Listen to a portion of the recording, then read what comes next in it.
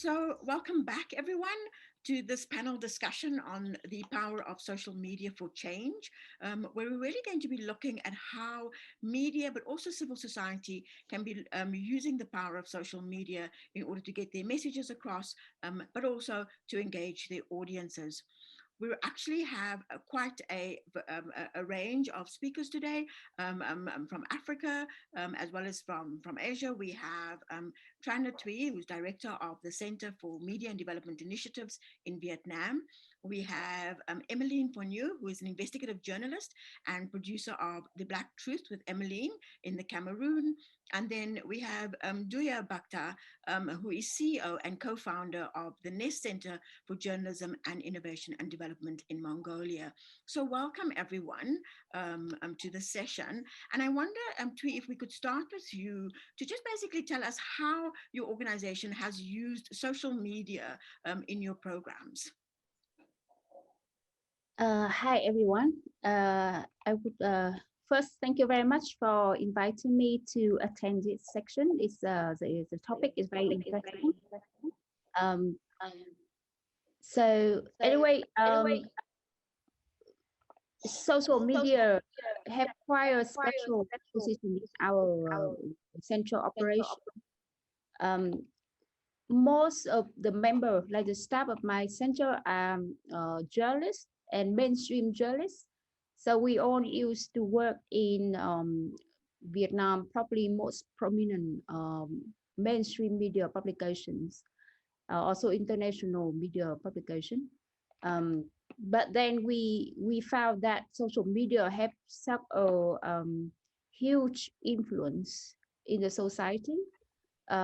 So in a kind of surprise switch, we decided that we also produce social media content instead of only mainstream media content. So we set up our own Facebook channel. We produce so we've set up our own social media channel on mostly on climate change and environment. That one of the subject that we are working on, and we produce content in social media orientation rather than mainstream media only. The channel we produce, we got some quite interesting result. For example, some of our video got nearly 1 million views, and it went viral in Vietnam, and it's some of the content even comparable to a major mainstream media channel. So it's the same view, although we have only because it's the topic about environment and climate change is quite technical and it's difficult to reach. It's not that sensational compared to other topics, but we happy that actually we can reach to the audience directly through our social media channel. Yeah.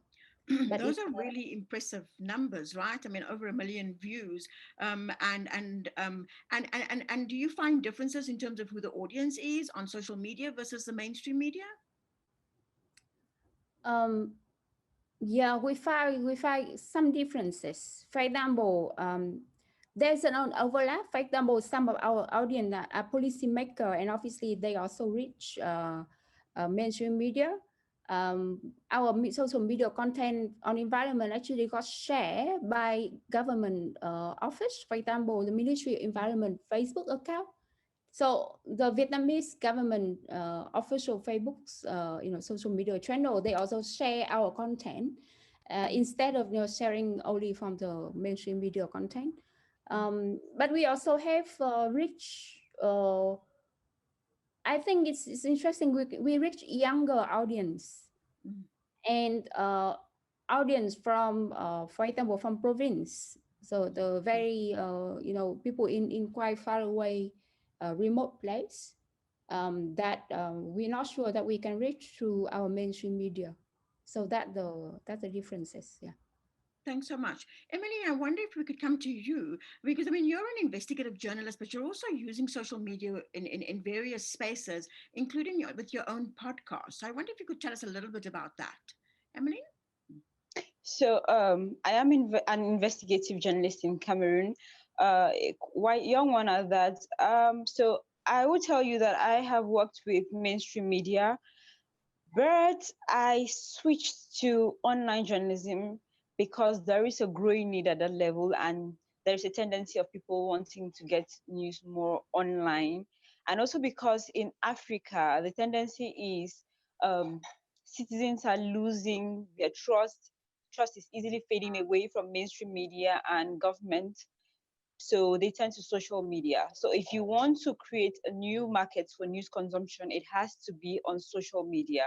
So most of my investigation, I now find a way to publish it online because that is where we find most of our audience, all age groups. You have the adolescents, you have the adults, you have all the age groups on social media, and they are very much interested in because it's one accessible, and it's a platform for them to reclaim their stories that have not been told properly by the mainstream media, who often don't do not go to the hinterlands to get this news firsthand from these suffering populations or minority groups.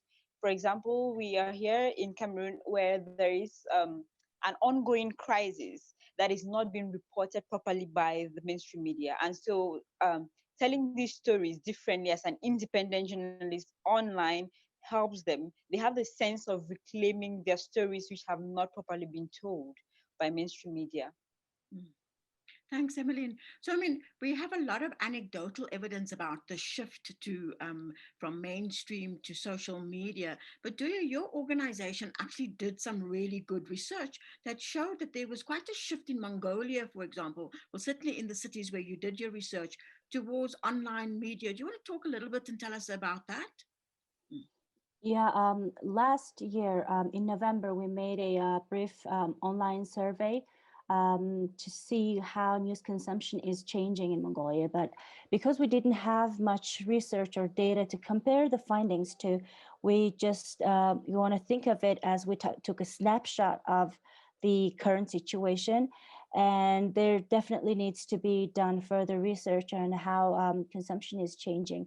So yes, we did see a great did see that social media is definitely playing the major role in Mongolian news consumption, and people are turning to Facebook or Twitter to get the latest updates, or rather, they are not looking for the news on social media, but the news on social media are actually finding them.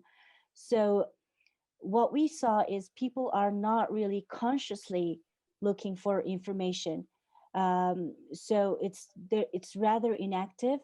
But we want to focus on not the role social media plays on the news environment, but how people's behaviors are changing in terms of using or consuming news or information.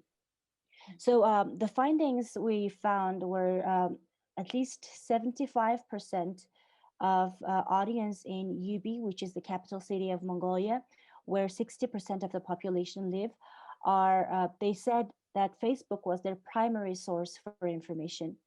And television came in second with about 20%, and then came websites.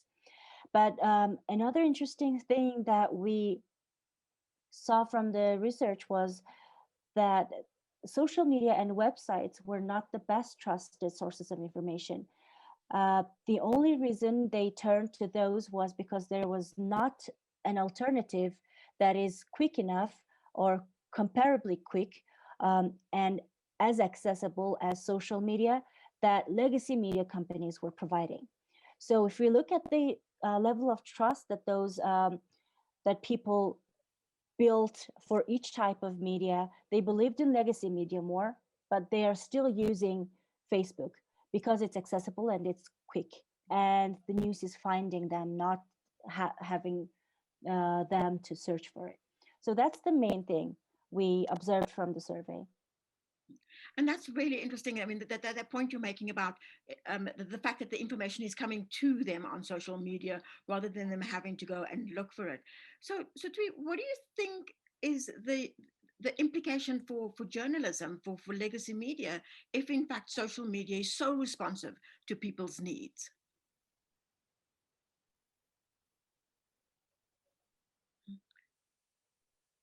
I think it's a huge implication to journalists. Like in Vietnam, the journalists now they also very quite active on social media, and I think the legacy media they have to be more responsive to the audience. Yeah, for example, a few days ago, I have a class, a lecture with editor in chief and deputy editor in chief of many publications in Vietnam, and the first question is like, how can we know what is trendy on the social media so we can produce content? So I think it become intertwined more and more. Yeah. So Emmeline, I want to just ask you to follow up on that because you have a podcast. And so I'm really interested because the podcast also is a medium that pushes out information, right? If I subscribe to your podcast, I'm getting it whenever you update. Are you finding that that is a much more effective way of actually reaching your audience than to simply write a story that gets published somewhere? I don't think it's the easiest medium to send out information, but then again, I think it's a platform where I can include other people's voices, where it can be heard by other people being said. It's different from when you're writing online and you have to paraphrase or insert some excerpts of transcribed interviews. But when people listen to experiences being told by I work a lot with suffering populations. By suffering populations, it hits different than when they read what has been said, because there is still a little level of doubt of, is this really what this person thinks? Is this really what's happening? But when they listen, you have excerpts of me being in a community, me telling the story with the person agreeing with my point of view. It hits different, and the credibility level is also it's a notch high, I think. Mm. In your research, were there any particular lessons that you could see for mainstream media, for legacy media, to actually be thinking about? Yeah, definitely. First of all, we do not study our consumers. The first thing that we have to do in Mongolia is we have to change the word that we used to refer to the audiences. So in the past, they were audiences, but now we want to refer to them as consumers because we want to sell them our product, not just inactively give them what we want to say. So that's number one thing that I took out from the survey. And secondly, we have to start studying them because as I said, this is one of the first studies of this kind made in Mongolia, and it was a very small one. Our NGO made this for, I think we spent a month on it. And so this is a very small one. So we have to start studying them because the findings that we saw from the survey was very much different from what we have been expecting. So we were producing the products based on our expectation, but what consumers wanted was something totally different. So we have to start studying them in order to tailor our products and services better for them. So that's the second thing. Thirdly, I actually want, depending on this, learning from this research, I want legacy media organizations to actually start using social media more. So the tendency here in Mongolia was, it's my feeling, it's not a hard data proven by any research, but my feeling was we have been looking at social media as a competitor. So like if I'm a legacy media television, I'm ignoring my Facebook page, or I don't have a YouTube channel, or I'm refusing to create one. So those are the tendencies, excuse me. So those are the tendencies that I have been observing in my home country. So it's about time that we change them. And if we say I run a website and data shows that 0.x amount percentage of your traffic comes to you by typing .mn, but the remaining 99.x percentage is coming from either Facebook, Twitter, or Instagram or whatever. So they are clicking on those links to your website from those platforms. So we have to start looking at them as a friend, but we have to learn how to use them effectively. Now, these are the three main takeaways. Emily, Twin, comments on that? What do you agree?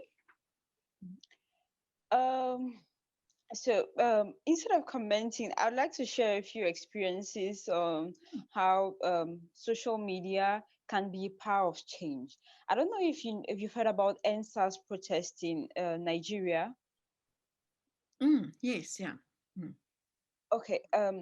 This is a quite personal story to me, even though I am not Nigerian. But I'll tell you that for someone living in a country like Cameroon, where I know I cannot travel to all the regions because of the crisis that is ongoing in some two English-speaking regions, I'll tell you that the NSAS protests was started on social media, and it was driven again on social media by youths, by internet users, by social media users on social media.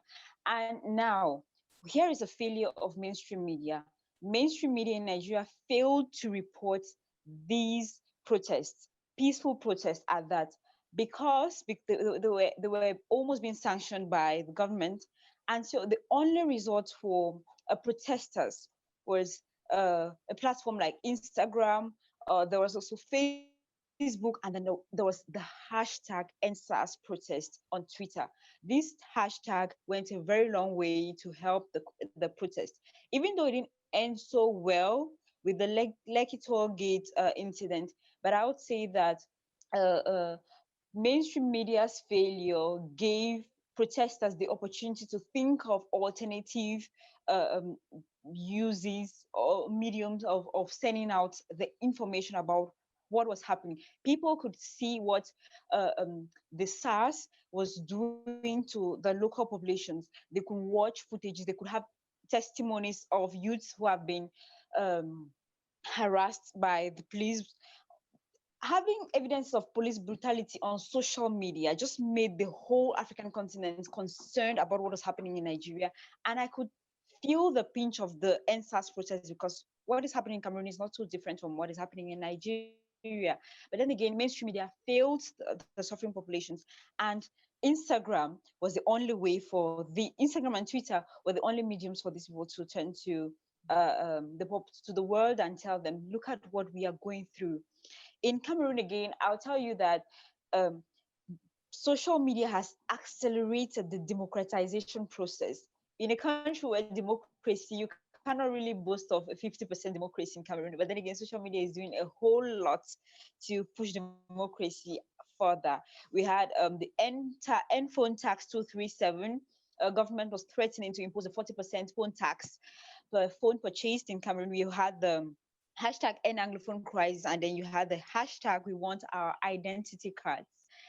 Within weeks, all of these concerns were addressed by the government, because social media was carrying these hashtags along, and it has to create some change. So those are the little advantages we have, even though sometimes these things are not reported by online journalists. They're being reported by the common man, the local population.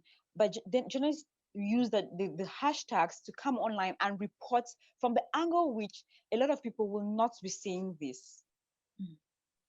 Do hashtags lead to change though?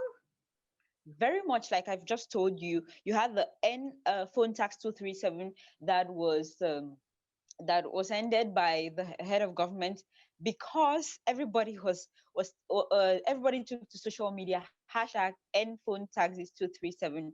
You also have the production of identity cards, which have taken 3 years for some citizens to have their national identity cards produced. But within just days of the hashtag being shared on social media, the government has addressed this. This would probably not be possible if we had to rely on state media or mainstream media. But because of hashtags on social media, the government has addressed this faster than when youths will take to the streets and protest. Could I? Tuy, I'm wondering if you have similar examples of how social media has been able to generate change in Vietnam and what people did specifically then.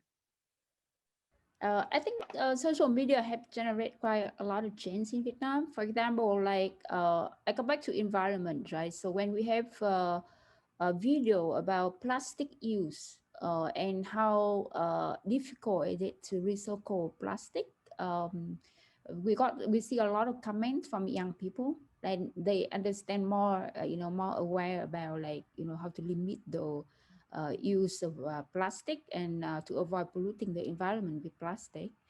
Also, like the about climate change, for example.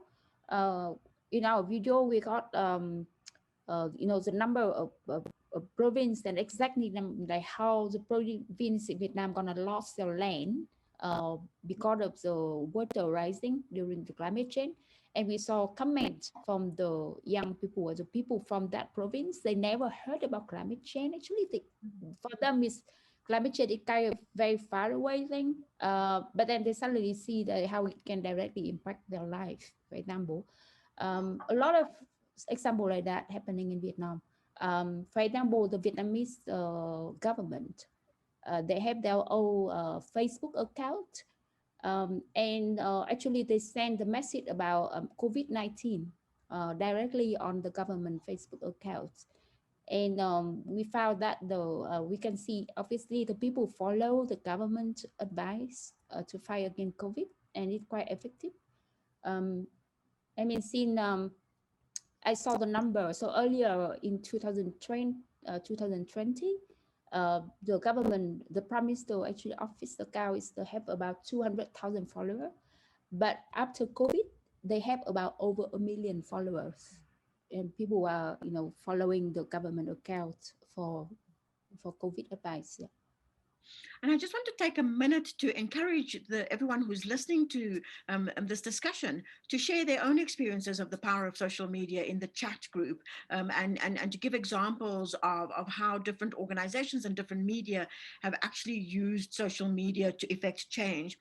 But do I want to bring up the issue of access to the internet? I mean, because Evelyn and I live in a continent where still more than half of Africans don't have access to the internet, and people in rural areas are more likely not to actually have access. And I'm wondering whether the situation is quite similar in Mongolia in terms of who has access to the internet and who doesn't have access to the internet, and then how we change that. Well, I think internet is fairly accessible throughout the country. We have data accessible, meaning it's possible to get those in terms of the technology, but in terms of the price, it's probably not too cheap. I don't have the hard data on it, but I would expect less than 10% of the population would not have constant access to internet, meaning like unable to join 4G from their cell phones. So that's just my expectation. I don't have the hard data on it. But just having the internet on your phone is one thing. Having a digital literacy is a different matter. So what do you use the internet that you have for would be a totally different topic for discussion. Is it just to scroll your Facebook page, or are you watching videos on YouTube, or are you getting online classes on Coursera or other MOOC platforms? That's a totally different level of discussion to be said. So yeah, in terms of internet, I think it would be less than 10% of the population, and it's fairly connected in terms of the technology.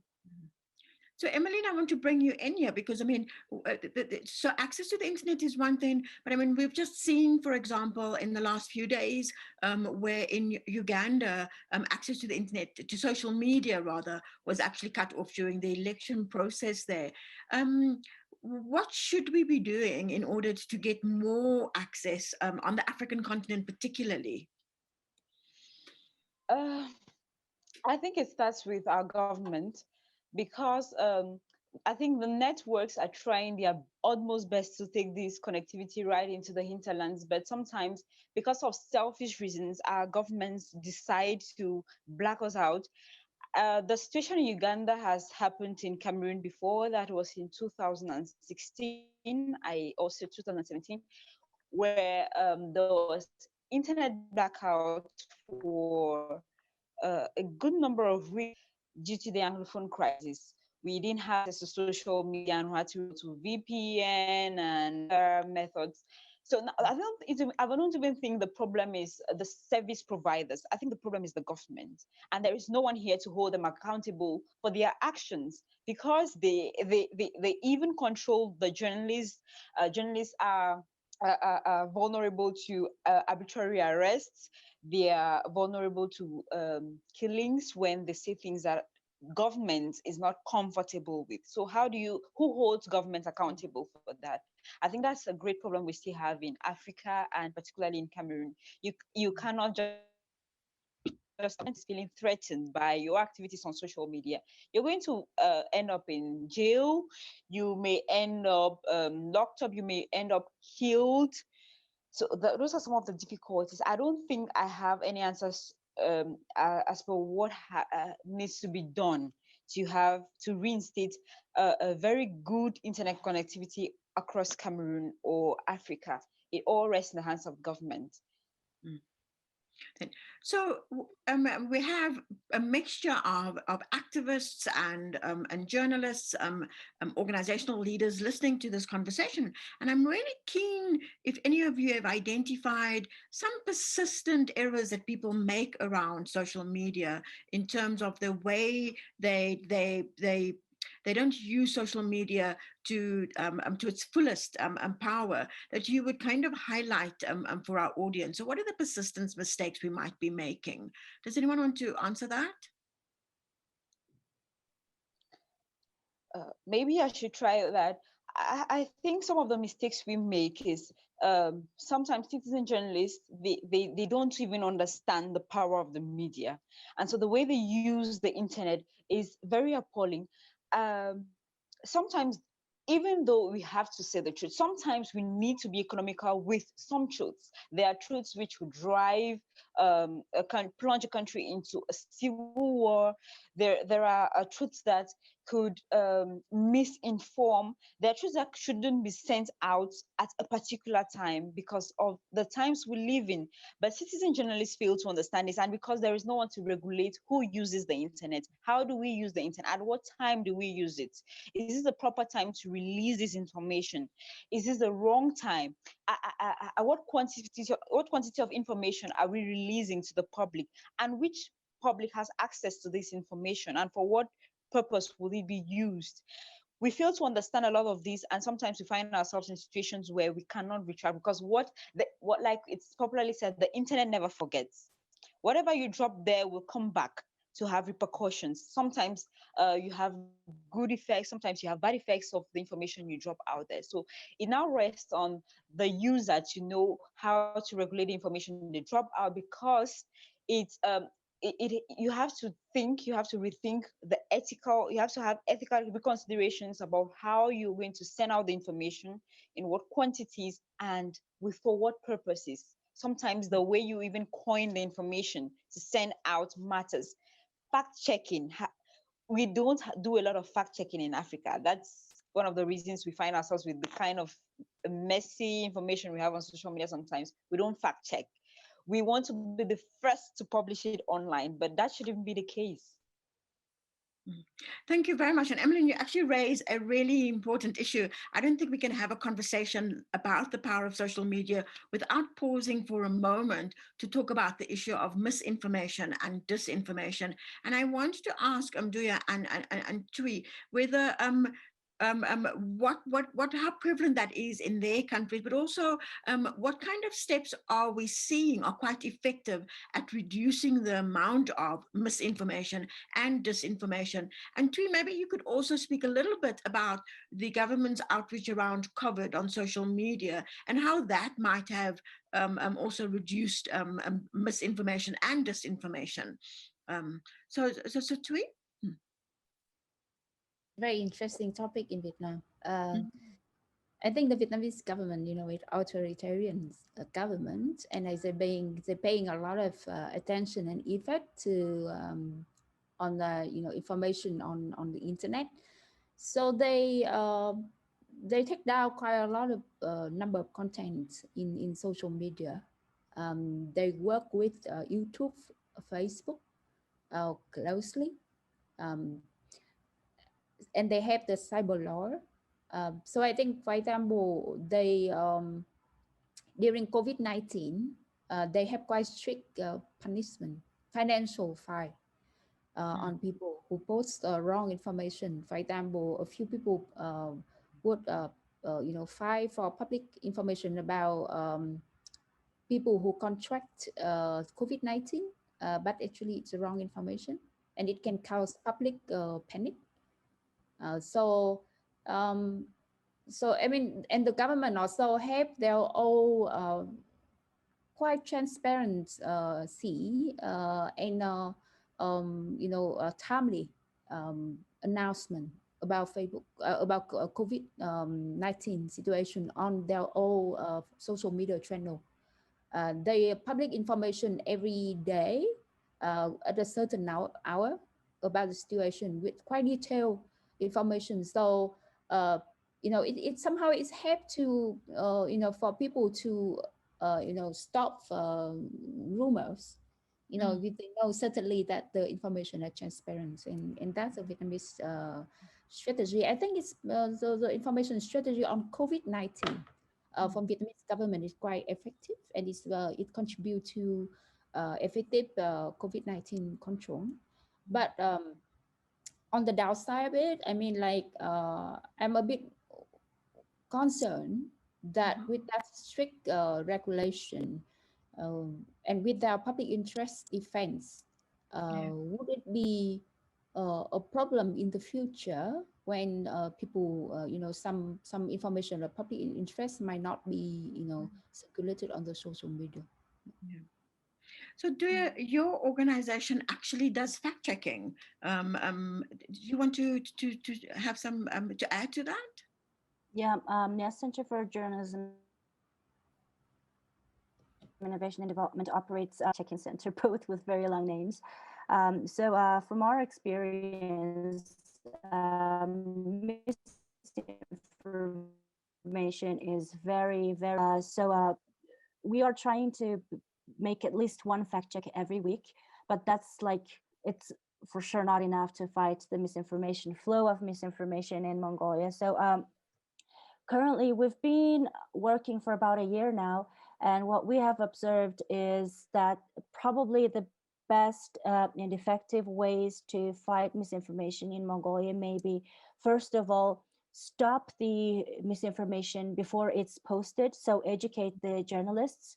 We don't have, as Emmeline said, we don't have like editorial fact checking units or so. It's just that it's up to the journalist and the editors only, and sometimes the editor is too busy and the story goes online. But another thing that we have seen is legacy media does not produce many of the misinformation. From those misinformation are not as harmful as are circulating on the social media. So that's one thing. And the second thing is we are training volunteer fact checkers at our fact checking initiative. And the goal initially was so that they would contribute with fact checks like once every month or so, but it didn't happen. But we're still doing it because when we have like 10 or 20 people come in to listen about how fact checking is done and how should we approach a fact or how should we approach a certain piece of information that is circulating on the social media, like those people coming in and listening to what we have to say is also bringing a great change to our belief. So those are the two ways that we think are effective to fighting misinformation. But another aggregator, I think social media is actually an aggregator of misinformation, and people are spreading misinformation without even knowing it. They are sharing it because although they know it's false, they are sharing it because they think it's funny. But there's another person with lower media literacy actually thinking it is true, actually thinking that the Kardashians family actually came to Mongolia. So things like that. And also, another thing is the government is also actually um, kind of contributing to the spread of misinformation as well in Mongolia. A recent example would be at an 11 o'clock official press briefing by the Ministry of Health. An official from the Ministry of Health said that there is no COVID in the air because it's cold outside. And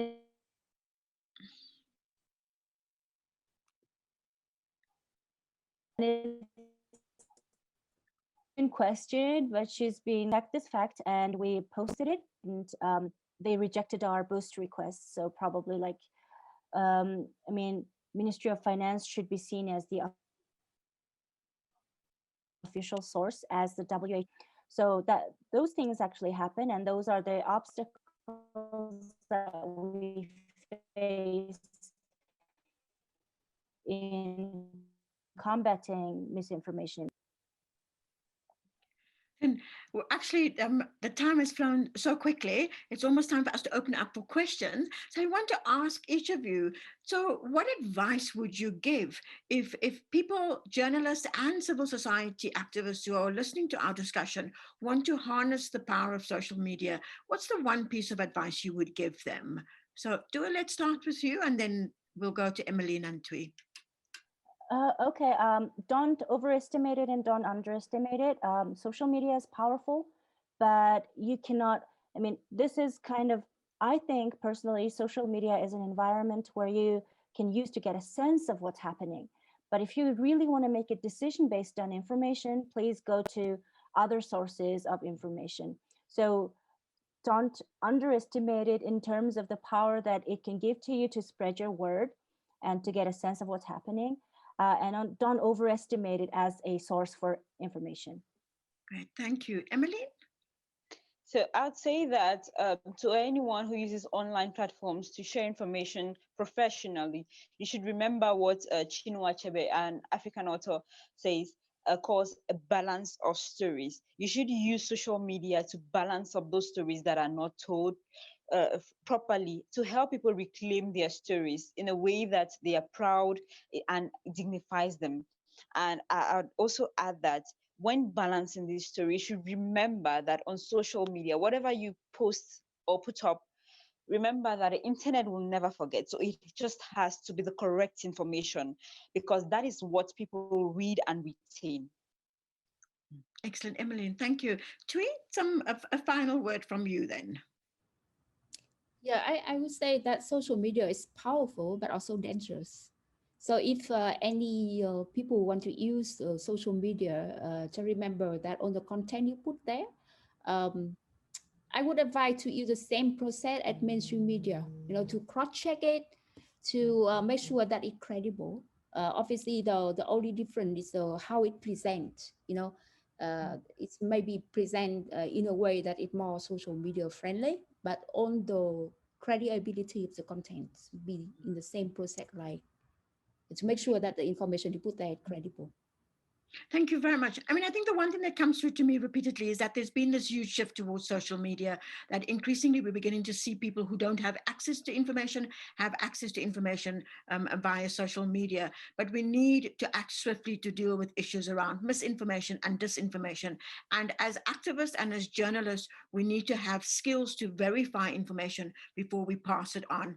Otherwise, we'll undermine the very platform that has the power to help us effect change. So thank you very much. We're going to open for questions, but thank you very much to this great panel for this really interesting discussion.